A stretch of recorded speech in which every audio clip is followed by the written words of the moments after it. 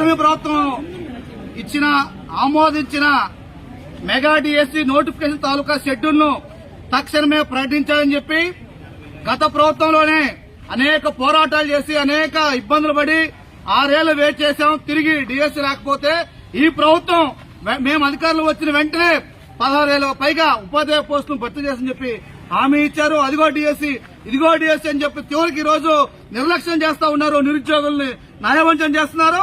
అందుకనే mega DSC schedule తేదీలు ప్రకటించాలి. పరీక్ష తేదీ సహా రాష్ట్ర ప్రభుత్వం ప్రకటించకపోతే డివైఎఫ్ఐ ఆధ్వర్యంలో ఈ రోజు ఆవనిగడ్డలో శాంతియుతంగా నిరసన చేస్తున్నాం. రేపు రాబోయే రోజుల్లో అన్ని జిల్లాల్లో పెద్ద ఎత్తున లక్షలాది మంది నిరుద్యోగులతో ఆందోళన చేస్తున్న ఈ ఆందోళనకు కూటమి ప్రభుత్వమే బాధ్యత వహించాల్సి ఉంటుంది. అందుకనే మేము సవనీయంగా ముఖ్యమంత్రి గారిని విద్యాశాఖ మంత్రి గారిని అడుగుతున్నాం. మెగా డిఎస్సి షెడ్యూల్ ప్రకటించండి, తేదీలు చెప్పండి. లేని పక్షంలో ఈ ఆందోళనకు ఈ ఉద్యమాలకు మీరే బాధ్యత వహించాల్సింది ఉందని చెప్పి సందర్భంగా తెలియజేస్తున్నాం.